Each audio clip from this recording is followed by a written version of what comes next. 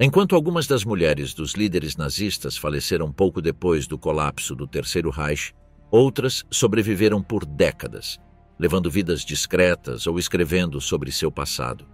A localização exata de muitos túmulos continua sendo um mistério e, embora alguns tenham sido identificados, suas histórias permanecem ocultas sob lápides que pouco revelam sobre seu passado.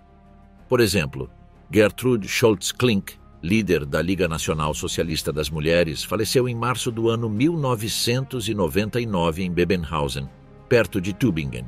Ela era casada com August Heismayer, oficial da SS, embora a figura dominante na relação fosse ela.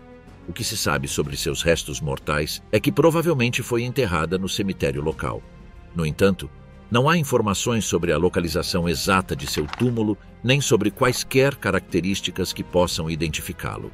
Este, claro, não é um caso isolado. Vamos ver quem foram algumas dessas mulheres e onde estão seus restos mortais. Do Vorbunker ao rio Elba. A trágica história de Magda Goebbels.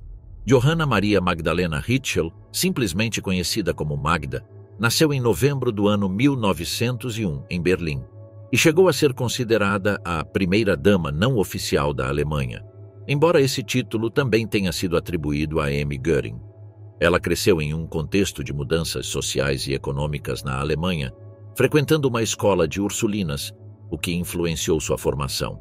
Sua mãe, Auguste Behrend, trabalhava como empregada doméstica e seu pai, Oskar Ritschl, era engenheiro.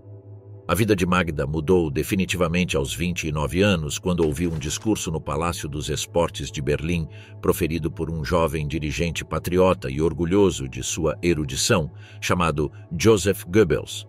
Essa experiência a levou a se filiar ao Partido Nacional Socialista e a assumir um papel ativo em sua comunidade.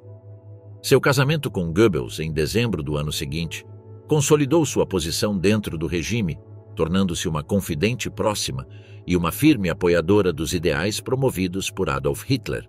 Ela não foi apenas uma figura-chave na propaganda do Terceiro Reich, especialidade de seu marido, mas também simbolizou o ideal feminino na Alemanha nazista.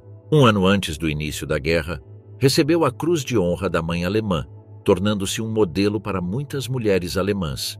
Nos últimos dias da Alemanha nazista, quando as tropas soviéticas cercaram Berlim, Magda e seus 6 filhos foram para o Vorbunker da chancelaria do Reich, em 22 de abril. O Vorbunker oferecia certa segurança, embora fosse um espaço pequeno e desconfortável. Não que o chanceler estivesse em melhor situação. Ele já estava fisicamente debilitado e se movia pelos bunkers de forma vacilante, com as mãos trêmulas. Durante sua estadia naquele espaço, Magda tentou, sem sucesso, persuadir Hitler a deixar Berlim. No entanto, ela permaneceu decidida a ser leal ao Führer. Em 28 de abril, escreveu uma carta de despedida a seu filho Harald Quandt, expressando suas intenções imediatas nos seguintes termos: "Nossa maravilhosa ideologia está perecendo, e com ela tudo o que é belo, admirável, nobre e bom que conheci em minha vida. Já não vale a pena viver no mundo que virá depois do Führer e do nacionalsocialismo, e por isso trouxe as crianças comigo. Elas são preciosas demais para a vida que virá depois de nós, e um Deus misericordioso me compreenderá se eu mesma lhes proporcionar a salvação." E assim procedeu. Nos seus últimos dias, preparou meticulosamente a morte de seus 6 filhos. Teve diversas discussões com médicos da SS para encontrar uma forma indolor de matá-los. Na tarde de 1º de maio do ano 45, colocou as crianças para dormir com um antídoto sedativo, com a ajuda do Dr. Stumpfegger e possivelmente por meio de uma injeção de morfina administrada pelo Dr. Kunz. Por fim, administrou-lhe cianeto de hidrogênio. Aparentemente, sua filha mais velha, Helga, resistiu, como evidenciado pelos hematomas encontrados em seu corpo. Cerca de 21 horas após as mortes das crianças, Joseph e Magda Goebbels tiraram a própria vida na saída de emergência do Führerbunker. Depois desse desfecho, seus corpos foram tratados no jardim da chancelaria do Reich, de forma semelhante aos de Hitler e Eva Braun, pois a chegada iminente das tropas soviéticas tornava impossível um enterro tradicional. Os restos foram queimados naquela mesma noite, em uma pira improvisada, mas o processo não foi concluído, deixando-os parcialmente carbonizados. No dia seguinte, por volta das 5 da tarde, soldados soviéticos encontraram os restos queimados. Após o exame forense, os restos carbonizados foram colocados em caixas de madeira. Os corpos foram enterrados inicialmente na região de Berlin-Buch, depois exumados e transportados várias vezes. De Finol para Rathenau, de Rathenau para Stendal, de Stendal para Magdeburgo, onde finalmente foram enterrados em um local militar, em fevereiro do ano 46. As autoridades soviéticas lidaram com os restos de Goebbels, com especial cautela. Realizaram investigações forenses e documentaram as circunstâncias de sua morte. No entanto, 24 anos depois, a KGB ordenou a destruição definitiva dos restos mortais de Magda e Joseph Goebbels, assim como os de outros líderes nazistas, para impedir que se tornassem um santuário neonazista. Assim, em 4 de abril, agentes da KGB exumaram os restos mortais, que estavam em Magdeburgo há décadas. Os corpos foram incinerados, triturados e espalhados no rio Bideritz, um afluente do Elba. O culto à mulher ideal. Karin Göring e seu papel na ideologia nazista. Karin Axelina Hulda Fock, que mais tarde ficaria conhecida como Karin Göring, nasceu em uma família aristocrática sueca, filha de um coronel do exército sueco. Seu primeiro casamento foi com o ginasta Nils von Kantzow, com quem teve um filho. No entanto, o relacionamento não foi satisfatório e o divórcio ocorreu no ano 1920. Nesse mesmo ano, conheceu Hermann Göring, que naquela época trabalhava como piloto em uma companhia aérea sueca. A conexão entre os dois foi rápida e intensa, levando-os ao casamento em 3 de janeiro do ano 23 do século XX. A partir desse momento, Karin Göring tornou-se uma figura destacada dentro do partido nazista. Embora seu papel na política tenha sido mais simbólico do que ativo, sua imagem foi explorada pela propaganda oficial para promover a ideia de um casamento idealizado entre ela e Hermann Göring. Durante os anos de ascensão de Göring, Karin participou ativamente das atividades de propaganda do partido, acompanhando seu marido em diversas viagens pela Alemanha para disseminar os ideais nazistas. Apesar de seu comprometimento inegável com a causa, sua saúde tornou-se um fator determinante. Ela sofria de tuberculose, uma doença que a debilitava progressivamente. Além disso, no ano 1931, sofreu uma crise emocional após a morte de sua mãe, o que agravou ainda mais sua condição. Em setembro desse mesmo ano, viajou para a Suécia para participar do funeral de sua mãe, e foi lá que sofreu um infarto do miocárdio, que lhe causou a morte em 17 de outubro. A notícia de seu falecimento foi um golpe emocional profundo para Göring, que sempre demonstrou uma grande devoção por sua esposa. Inicialmente foi sepultada no cemitério da ilha de Lovön, em Estocolmo, em uma cerimônia simples. No entanto, Hermann Göring queria homenageá-la de maneira muito mais grandiosa, compatível com a importância que ela representava para ele. Por isso, 3 anos após sua morte, Göring ordenou a exumação dos restos mortais de Karin e seu translado para a Alemanha.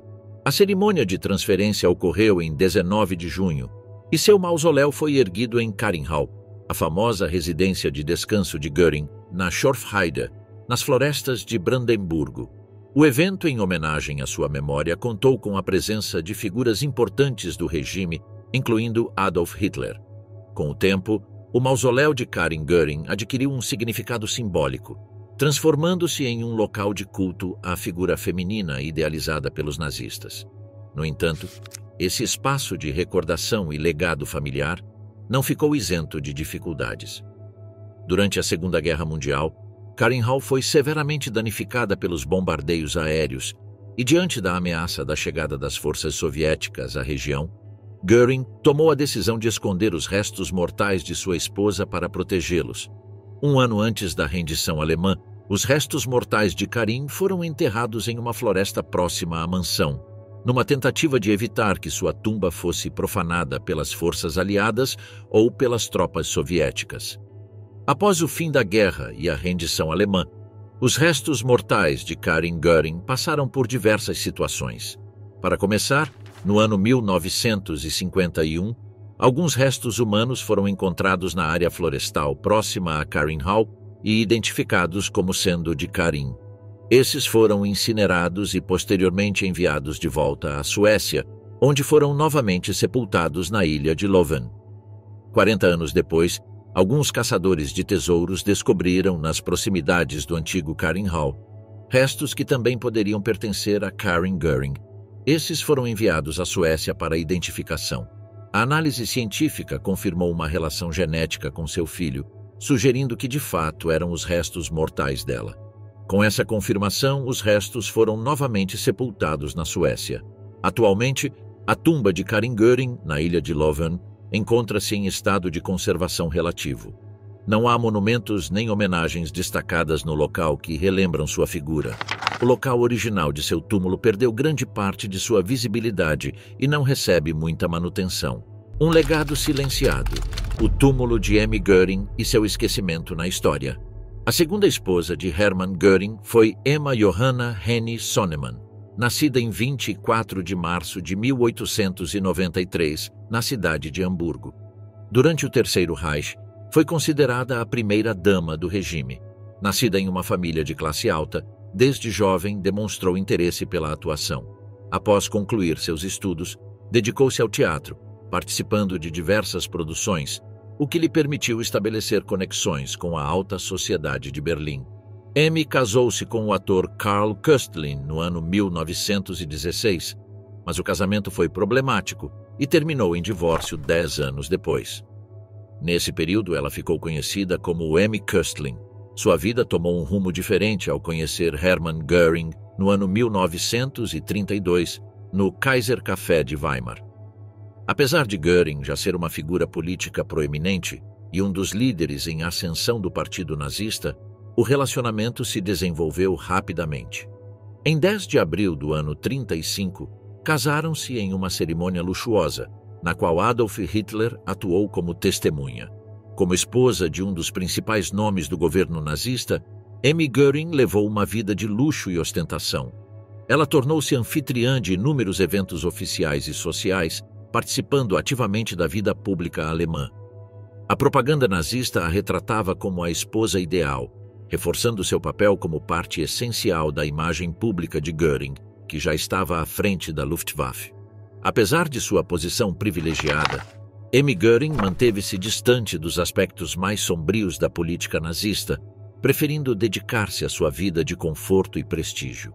Durante a Segunda Guerra Mundial, enquanto a situação na Alemanha se tornava cada vez mais instável e insustentável, Emmy continuava a desfrutar da atenção da alta sociedade, e seu casamento com Göring era visto como o ideal do matrimônio nazista. Após a queda do Terceiro Reich e o fim da guerra, Emmy passou a levar uma vida muito mais discreta.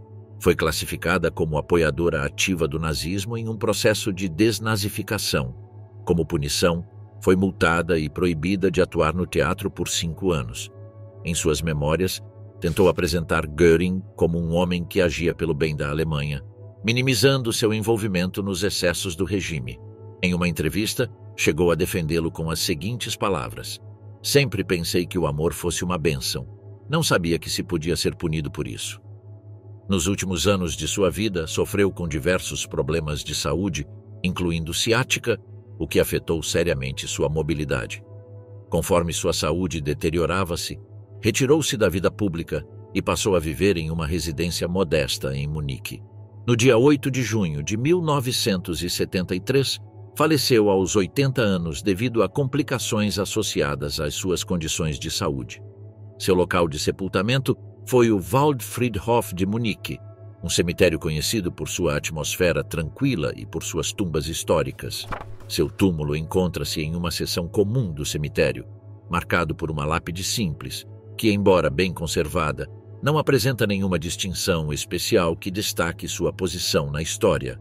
O estado de conservação da sepultura mostra sinais de deterioração, mas, no geral, mantém sua simplicidade, sem o nível de atenção ou manutenção que se esperaria para uma figura histórica. Não há registros de que seu túmulo tenha sido objeto de exumações ou profanações. O cemitério permanece acessível aos visitantes, e aqueles que desejam podem encontrar facilmente o túmulo de M. Göring, dado que a sinalização no local é bastante clara. Contudo, não há nenhum tipo de atenção especial à sua sepultura, nem grupos de visitantes frequentes. Enterrada junto a seu cônjuge, a esposa do confidente de Hitler e sua trágica solidão. Ilse Hess, nascida como Ilse Proll, cresceu em uma família nacionalista conservadora. Seu pai, o médico Friedrich Proll, faleceu durante o Putsch de Kapp, um evento que teve um impacto profundo em sua juventude. Ela foi uma das primeiras mulheres a estudar na Universidade Ludwig Maximilian de Munique, onde se formou em língua alemã e biblioteconomia. No início da década de 20, Ilse conheceu Rudolf Hess em Munique, quando ele já era membro do Partido Nazista. No dia 20 de dezembro de 1927, Ilse e Rudolf Hess se casaram em Munique, tendo Adolf Hitler como padrinho da cerimônia. O marido de Ilse tornou-se um dos principais confidentes de Hitler e atuou como seu adjunto quando este assumiu o cargo de chanceler no início da década seguinte. Naquela época, a sociedade alemã estava fortemente polarizada. Muitos cidadãos apoiavam a ideologia nazista, enquanto outros resistiam. Mulheres como Ilse exerciam um papel de apoio na vida política de seus maridos, pois faziam parte dos ideais do regime, que promovia a família como unidade política essencial. Rudolf Hess ganhou notoriedade internacional quando voou sozinho para a Escócia no ano 41, numa tentativa de negociar um acordo de paz com o Reino Unido. Esse episódio resultou em sua prisão imediata, seguido por um período como prisioneiro de guerra britânico, até ser transferido para a prisão de Spandau, em Berlim, quase um ano depois do fim da guerra. Durante essa fase, Ilse Hess enfrentou um grande isolamento, retirando-se cada vez mais da vida pública. A situação piorou ainda mais quando, em 17 de agosto de 1987, Rudolf Hess foi encontrado morto na prisão de Spandau. Ele foi o último prisioneiro nazista ainda encarcerado, passando seus últimos anos de vida como o único detento do local. A versão oficial de sua morte indicou que ele se enforcou com um cabo elétrico. Entretanto, a morte de Hess continua cercada de controvérsias. Vários funcionários da prisão e testemunhas questionaram essa versão, levantando hipóteses de que ele poderia ter sido assassinado, possivelmente pelos serviços secretos britânicos ou por outros agentes políticos. Independentemente da versão considerada verdadeira, Ilse Hess teve que enfrentar não apenas a perda de seu marido, mas também o estigma social que acompanhava seu nome e seu passado. Após a morte de Hess, Ilse mudou-se para a pequena cidade de Wunsiedel, onde ficava o túmulo do marido. Ela permaneceu ali até sua morte no ano 2000. Ilse Hess foi enterrada ao lado de Rudolf Hess, no cemitério protestante de Wunsiedel. Entretanto, o interesse pelo casal não desapareceu ao longo dos anos. Diversas teorias da conspiração sobre as reais circunstâncias da morte de Hess continuaram a alimentar debates públicos. Diante disso, o município de Wunsiedel, que há anos enfrentava tentativas de veneração do túmulo de Hess por neonazistas, decidiu tomar uma medida drástica para impedir qualquer apropriação política do local.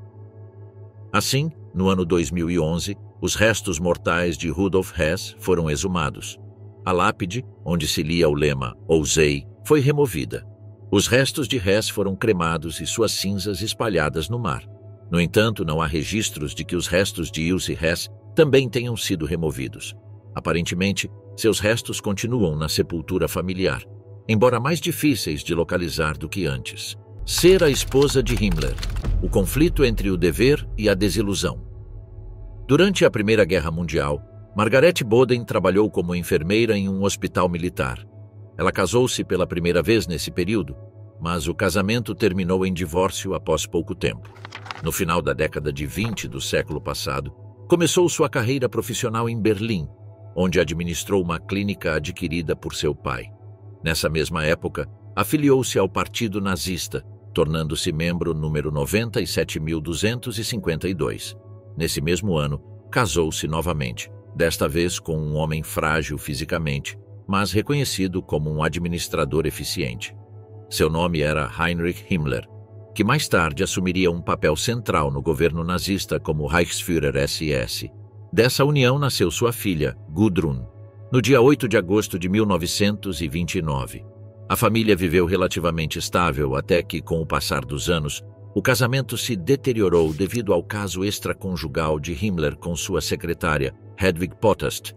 Apesar de não se divorciarem oficialmente, levaram vidas separadas.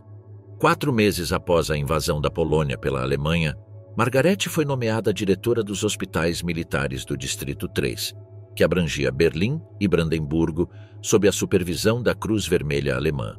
Com o colapso do Terceiro Reich, ela e sua filha fugiram para o sul da Alemanha. No dia 13 de maio daquele ano, ambas foram capturadas por soldados norte-americanos em Wolkenstein, no Tirol do Sul. Após a prisão, a agora viúva foi submetida a uma série de interrogatórios na Itália e na França, antes de ser transferida para a Alemanha, onde foi questionada no contexto dos julgamentos de Nuremberg. No mês de setembro, foi entrevistada como parte das investigações sobre os crimes cometidos pelo regime nazista, embora não tenha sido formalmente acusada como cúmplice direta. Posteriormente, Margarete foi enviada ao campo de internamento de Ludwigsburg 77. Em novembro do ano 46, foi libertada. Nunca foi comprovada sua participação em crimes de guerra. Após ser solta, procurou refúgio nas instalações religiosas dos Bodelschwingschen Anstalten, em Bethel, Bielefeld. Lá, trabalhou na indústria têxtil, na seção de tecelagem e fiação, enquanto continuava morando com sua filha. Sua vida após a guerra foi discreta, embora existam registros de que manteve contato com ex-membros do movimento nazista. 6 anos depois, Gudrun saiu da instituição, enquanto Margarete permaneceu por mais alguns anos. O diretor do local, Friedrich von Bodelschwingh, expressou publicamente seu desagrado pela presença dela ali. Não há nada de edificante no fato de que a senhora Himmler viveu completamente iludida até o momento em que nos deixou sem sequer agradecer. Ela foi embora com seus velhos camaradas, que agora se recuperaram. Isso não nos impressiona de forma alguma, pois não seguimos os ensinamentos de Jesus apenas para contar histórias piedosas de sucesso depois. Posteriormente, ela se mudou para um quarto privado em Bethel e, algum tempo depois, foi viver com sua irmã Lídia em Rippen. Margarete faleceu no dia 25 de agosto de 1967, em Munique, aos 73 anos de idade. A causa da morte foi natural, e ela passou os últimos anos de sua vida ao lado de Gudrun. Seu corpo foi sepultado no cemitério Waldfriedhof, na mesma cidade. Após sua morte, seu túmulo nunca foi exumado, nem houve qualquer incidente relacionado a seu local de descanso. Largamente esquecida pelo público, seu túmulo recebeu poucas visitas ao longo dos anos. Já seu marido, Heinrich Himmler, teve um destino diferente. Se suicidou e foi enterrado em um local desconhecido em Lüneburg Heath. Túmulos e memórias. O destino de Gerda Bormann, no pós-guerra. A vida de Gerda Bormann, nascida como Gerda Buch, foi marcada pelo seu ambiente familiar e pelos laços com altos funcionários do Partido Nazista, especialmente seu marido, Martin Bormann. Através de seu pai, Walter Buch, um membro influente do partido e desde 1927, o principal juiz da organização, Gerda foi profundamente influenciada pelos ideais e valores do nazismo desde a infância.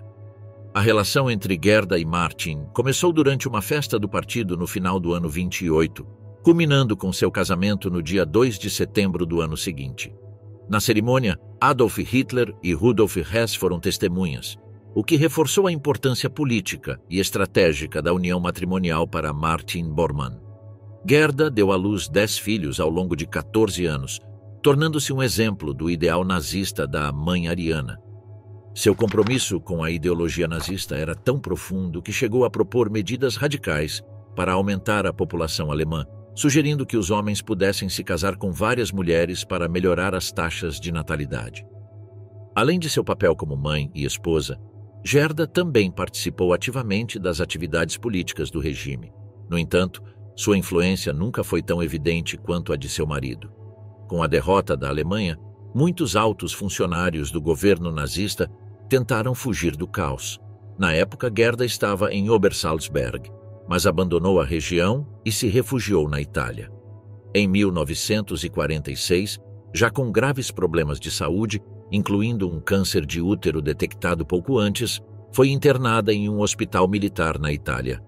Ela faleceu no dia 23 de março, em Merano, Itália, devido aos efeitos de uma intoxicação por mercúrio, adquirida durante seu tratamento de quimioterapia.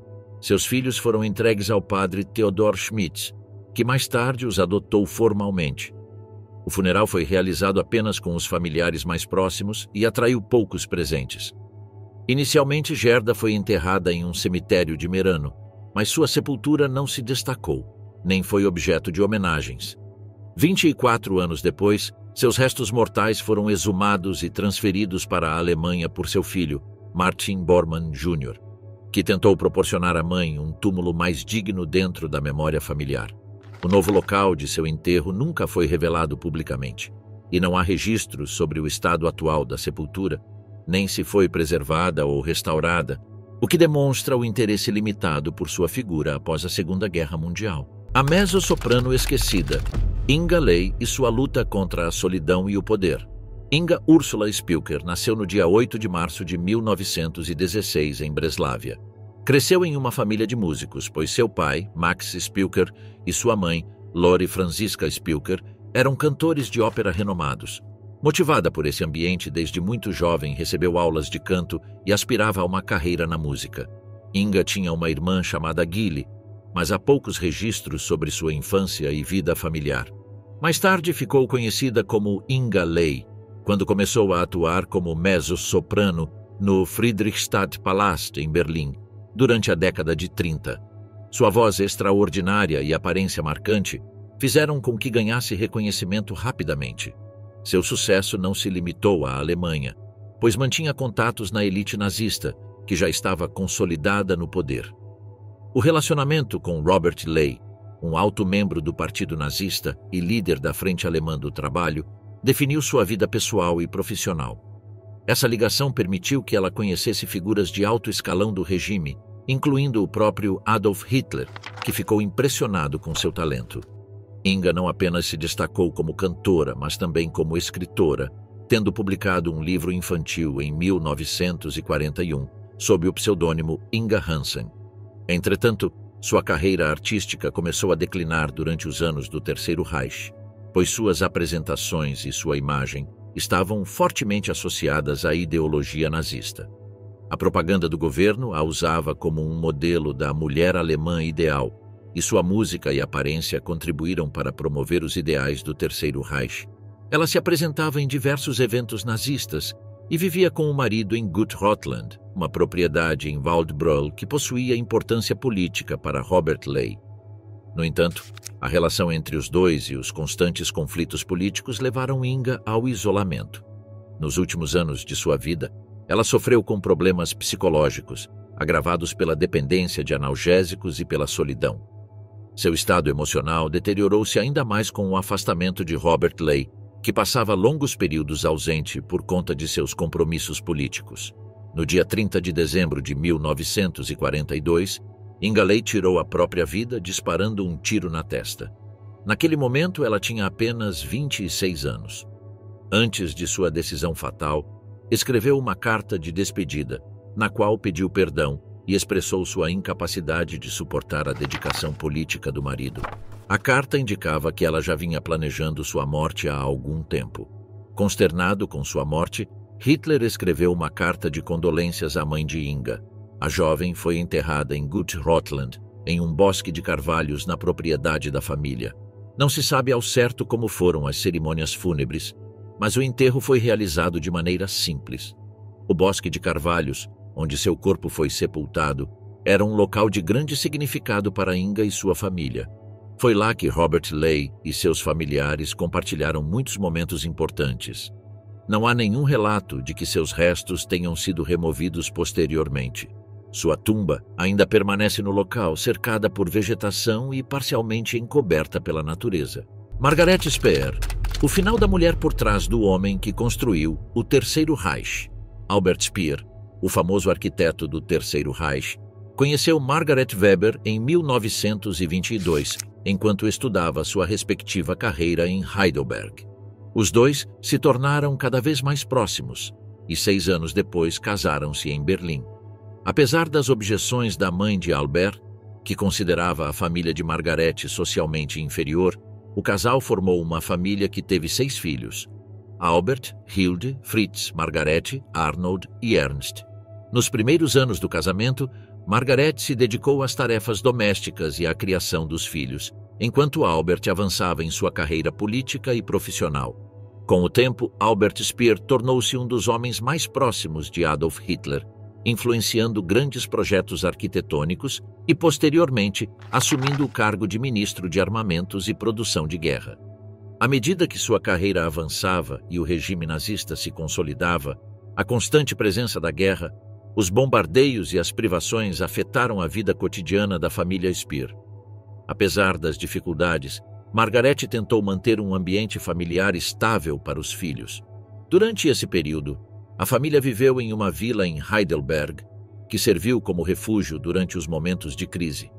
Com o fim da guerra, Albert foi preso e julgado nos tribunais de Nuremberg, sendo condenado por crimes de guerra e sentenciado a 20 anos de prisão. Mesmo com sua proximidade com o regime nazista e seu papel direto na máquina de guerra, Albert tentou se projetar como um tecnocrata apolítico para amenizar sua pena. Curiosamente, em Heidelberg, o clima social era caracterizado por uma certa ignorância do passado nazista. A maioria dos habitantes não falava sobre os horrores da guerra e os crimes do regime, o que forneceu à família Speer um tipo de escudo social, permitindo que vivessem sem grande estigma público. Poucos sabiam de sua presença na cidade e muitos pareciam não reconhecê-la. Margaret escreveu em suas memórias que muitas vezes sentia que não precisava enfrentar o passado. A família mantinha uma rotina normal, participando de eventos culturais e mantendo contato com amigos e conhecidos. Nada fora do comum. Com a libertação de Albert em 1966, a relação entre ele e sua família permaneceu distante e marcada por tensões. Mesmo tentando reconstruir os laços familiares, seu passado pesava demais para permitir uma verdadeira reconciliação. Margaret, por sua vez, continuou vivendo em Heidelberg, buscando uma vida tranquila, embora o vínculo de seu marido com o passado nazista continuasse sendo um tema discutido pela opinião pública. Albert Speer faleceu no dia 1º de setembro de 1981, em Londres, acompanhado de uma mulher mais jovem. 6 anos depois, no dia 21 de abril, Margaret também faleceu. Ela foi enterrada em um pequeno espaço familiar no cemitério Bergfriedhof, um local conhecido por seu ambiente tranquilo e paisagem pitoresca. O Bergfriedhof é um dos cemitérios mais antigos de Heidelberg, oferecendo uma vista da cidade e dos vinhedos ao redor. A tumba da Sra. Speer permanece simples e sem ornamentos. Nos anos seguintes à sua morte, a sepultura foi visitada por familiares e amigos que desejavam relembrá-la. Do bunker ao esquecimento. O trágico fim de Eva Braun e Adolf Hitler. Eva Braun foi a companheira sentimental de Adolf Hitler durante grande parte de sua vida, iniciando o relacionamento alguns anos depois de se conhecerem em 1929, quando ela trabalhava para Heinrich Hoffmann, o fotógrafo pessoal do Führer. Ela foi gradualmente se inserindo na vida privada do chanceler, embora sua presença tenha sido mantida em segredo por um longo período. O relacionamento entre os dois foi complexo, marcado por tensões e conflitos, mas também por momentos de proximidade. Eva Braun tentou garantir um papel mais significativo na vida de Hitler, chegando a fazer tentativas de suicídio para chamar sua atenção e obter seu afeto. O contexto histórico desse período foi o de um conflito global que se desenrolou ao longo de 6 anos, a partir de 1939, quando as potências do eixo, lideradas pela Alemanha, enfrentaram os aliados. À medida que a guerra avançava, a Alemanha sofreu várias derrotas, e em abril do ano 45, as tropas soviéticas se aproximavam de Berlim, levando Hitler a tomar decisões drásticas. Diante desse cenário, no dia 29 de abril, o casal se casou em uma cerimônia privada no Führerbunker. No dia seguinte, ambos cometeram suicídio, marcando o colapso do regime nazista e o fim da guerra na Europa. Eva Braun ingeriu uma cápsula de cianeto que a matou instantaneamente, enquanto Hitler combinou a ingestão do veneno com um tiro na cabeça. A decisão final foi cuidadosamente planejada, e ambos se despediram de seus colaboradores mais próximos, que haviam sido testemunhas de seu casamento algumas horas antes.